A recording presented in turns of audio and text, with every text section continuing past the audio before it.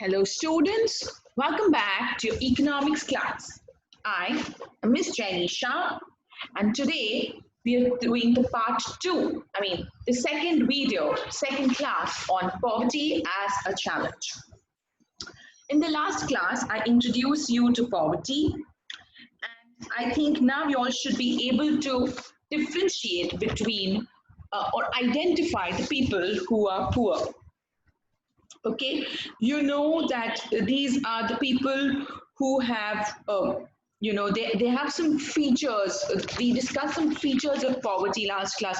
So these people are vulnerable, they're illiterate, they do not have the accessibility to medical care.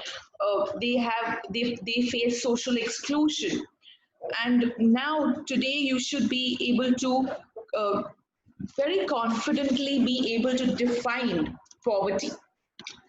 So, in this chapter, we will be discussing the kind of poverty that we have in India, what are the challenges that they face, and the best way to understand this is through case studies.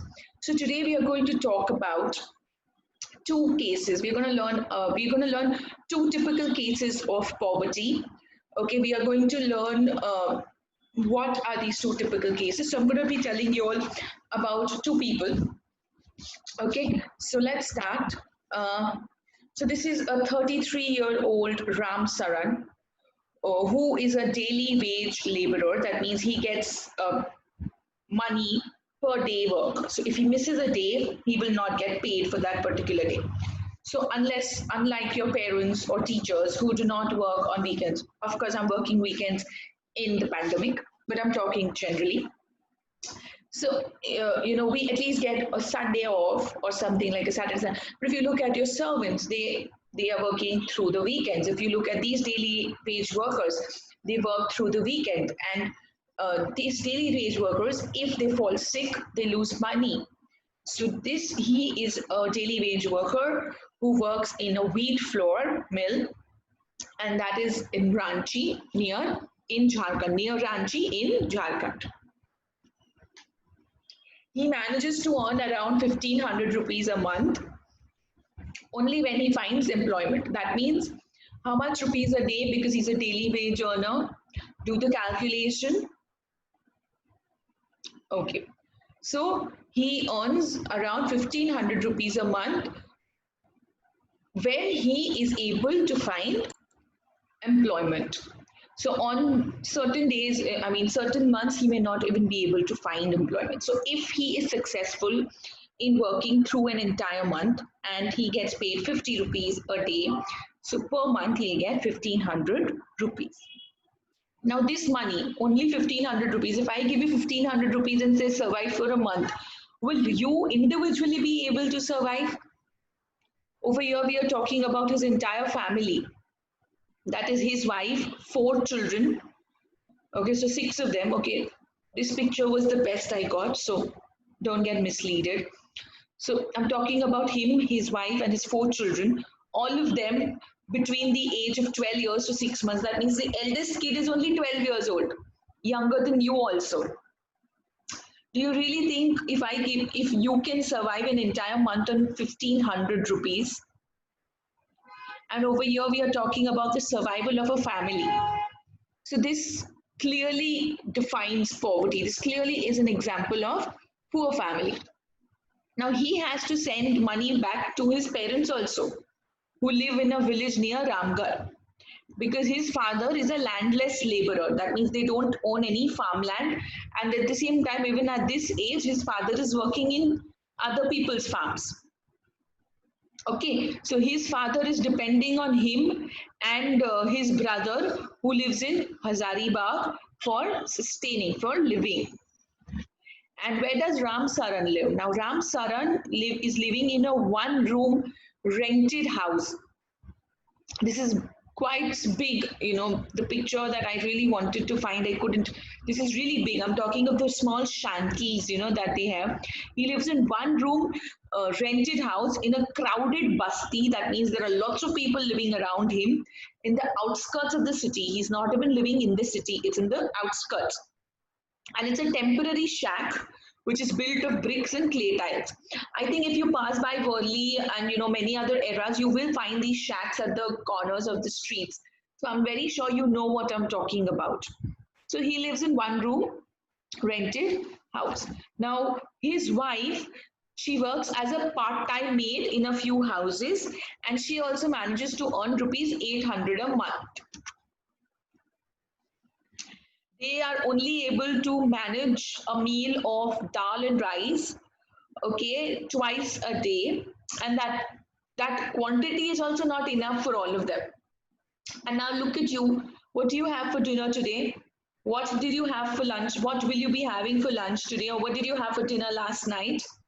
If you make a comparison, do you all realize how lucky and how privileged we are today? And this is poverty. This exists in India. This coexists with you all.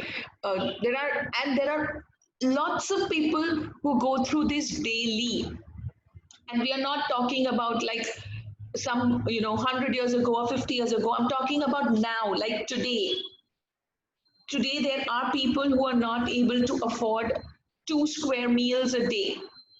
So poverty is a big challenge in India, and as the upcoming youth, as the future citizens of the country, as the people, as as the students, because you students will have the power to shape this country's future, you should be aware of this challenge. You should be aware of the depth of this poverty, so that even if one of you can find a little solution and help somebody a little bit, not really looking out for a national movement, but a little bit, at least you are helping the country. Yes.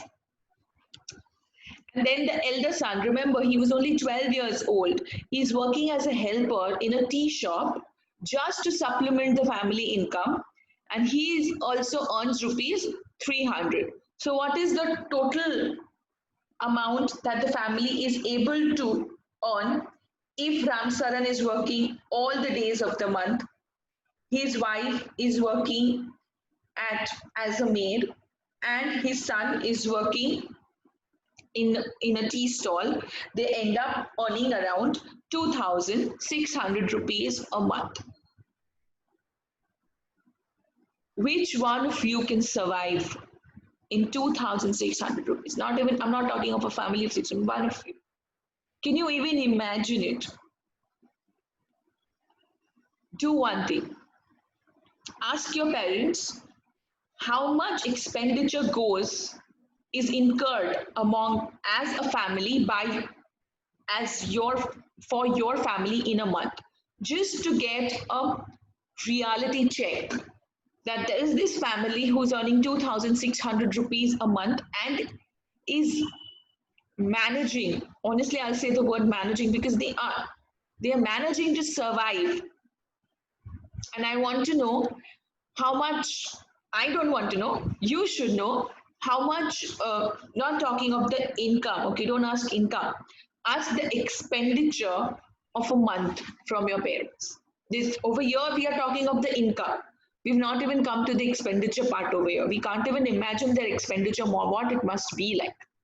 But just to make a comparison, okay, to make a fair comparison, ask for the income. What is the monthly income that you people get as a family? Of course, you must not be contributing. Like this son over here is contributing, but you as a daughter or a son may not be contributing right now because you all are educating yourselves. And like, you know, you all are, we learned in the last class, people as a resource. So you are investing in yourself. The parents are investing in your future. We are investing in the human capital. Correct. But I still would like you all to get a reality check of what is the difference, so that you all understand the vast difference between the rich and the poor. Yes? So find out what is the monthly income of your family as a whole. So if your parents are working, what is the monthly income of both of them? And then compare yourselves to these people. And the 10-year-old daughter that they have, she's taking care of the younger children because there's nobody else at home. The mother goes to work, the brother goes to work, papa goes to work. Who is left? So she has you know, these people, they don't have the opportunity to enjoy the childhood because they have responsibilities and there's nobody ready to take up. I'll tell you the story of one of my close relatives. You know, the son over there, he must be around 28 or 29 today, but he's just enjoying his life. And this is because every time any sort of a responsibility would come up, there were always people around him to pick it up. So it happened to be that the father of this child expired, but he had such great relatives that they didn't need to worry about money or business or what's going to happen. They took up that responsibility.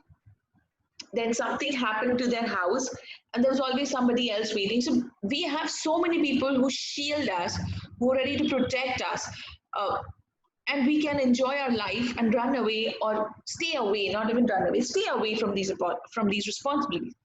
But this girl here, she has no option, being the eldest out of the three, because the elder brother goes to work, mama goes to work, papa goes to work. So what do? You have to take care of your siblings. So, at a very young age, they are exposed, they are burdened with such responsibilities that they grow up too soon. So, none of these children actually go to school and they only have two pairs of clothes. How many pairs of clothes do each one of you own? You should find out. I think we should be aware at least. Have you ever done a count of all the clothes and all? Your Indian wear, your gym wear, your night suits, your home clothes, your outgoing clothes, your party wears, your suits, your jeans, everything. Make a count of everything one day. And what number do you come up with? And imagine these people with two pairs of hand me downs. New ones are only bought when the old clothes become unwearable. When they're unwearable, not only because of one tear of what or one stain. Unwearable means it is beyond repair, not possible, and it is completely overused. Only then it is considered as unwearable for them. Shoes are a luxury for them. So, how many pairs of shoes do you have? Don't worry, I'm in the same boat with y'all. But it's worth knowing and being aware of the kind of poverty situation India is facing. The younger kids are also undernourished and they have no access to health care when they fall ill. So they have to, they don't even have the correct food to forget medicines. They don't even have the correct nutrition to fight the disease. And in COVID situation, what must be their immunity? What must be their condition? Okay. So this is a case of this is an urban case of poverty. This is what you find in the urban areas. I'm sure you all must have noticed one or two of such families. You all must be aware, the maids who come to your house. You should find out, about them. How many family people are there? How many people live in the family? How many people are working in their family? Do their children go to school? Do they educate themselves? Do they get good medical facilities? This is a very important question. So this picture you will find in your notebooks, in your textbooks. It's a very well illustration of the story of Ram Saran that we just read. Now we will go ahead and see one more case. And this is a case of Lakha Singh, who belongs to a small village near Meerut in the Uttar Pradesh.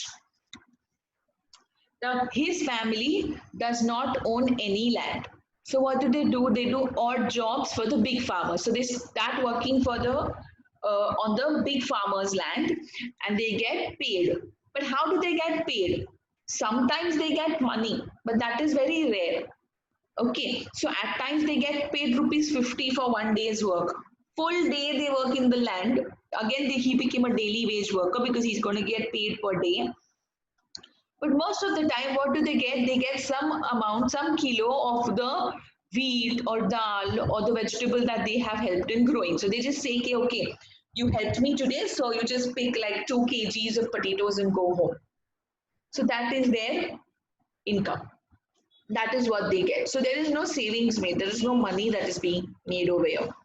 So what happened is, they over here we are talking about a family of 8. Okay, so this family of 8 can not manage 2 square meals a day. They cannot manage food.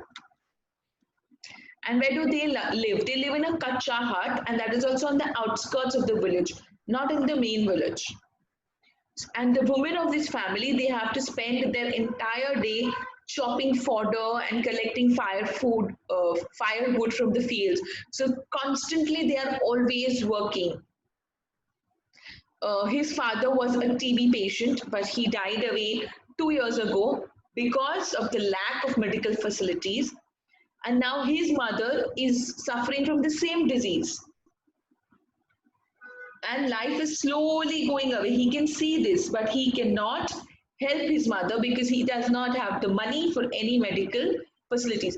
You understand the helplessness that they go through, how vulnerable they feel, how vulnerable they are. It must be a very, very difficult situation to be in.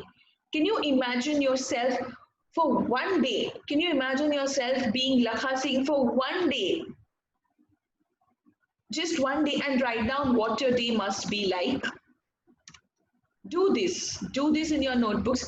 Write down your day as Lakha Singh for one day.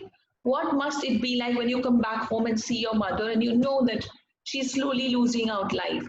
Come back home and you see your children hungry and you can't provide the basic necessities of food. Forget pizza, forget pasta, forget vacations, forget good clothes.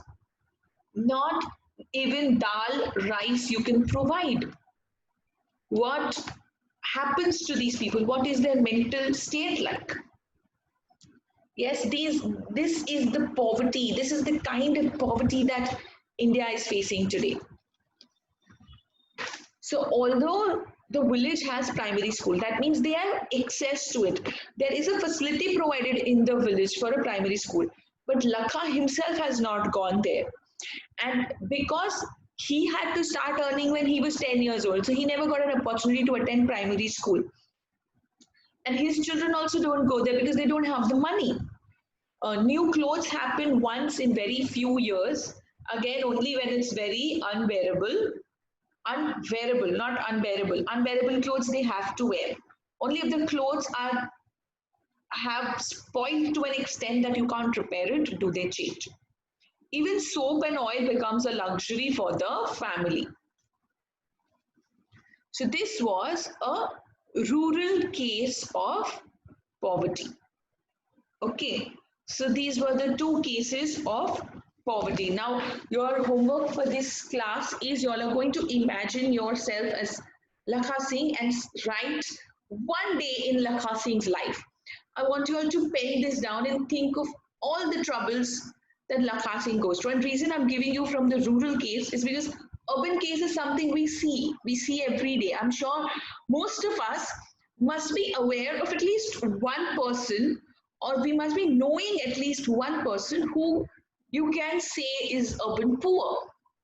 Okay, whether it's your servant or your driver, because and we know the children at the age of 12 working, because when you go and you see on the signals, you see those people who come selling to you. If you are sitting at Marine Drive or Worli Seaface, you see those kids, they come and sell you those chip packets and water and this and that. So you know that this exists, and you all have witnessed the urban poor case. That scenario has been witnessed. But the rural scenario is something that we have not witnessed and we've not seen, is what I think. Of course, some of you may have noticed when you all go to your villages, you all may have observed, conversed with someone and learned about it. Conversation is a very important skill. So what I want you all to do is, you all should write down your one day as Lakha Singh. Okay, and what is the day like? What is the day like? And I will not, frame your ideas or give you any pointers on this. I want you to think on your own. What is Lakha Singh's day like? When he wakes up he wakes up in the morning till he returns back home after work and, comes back home. What does the day end? What does he do in the day? So one day, as Lakha saying, a short article. Don't make it very long, like 4 5 pages. I'm looking for like half a page or something. Do this, and once you're finished, message it, click a picture and send it to me. I would love to read your take on this. So with this, I end today's class. Stay home, stay safe, take care, and keep learning. Thank you.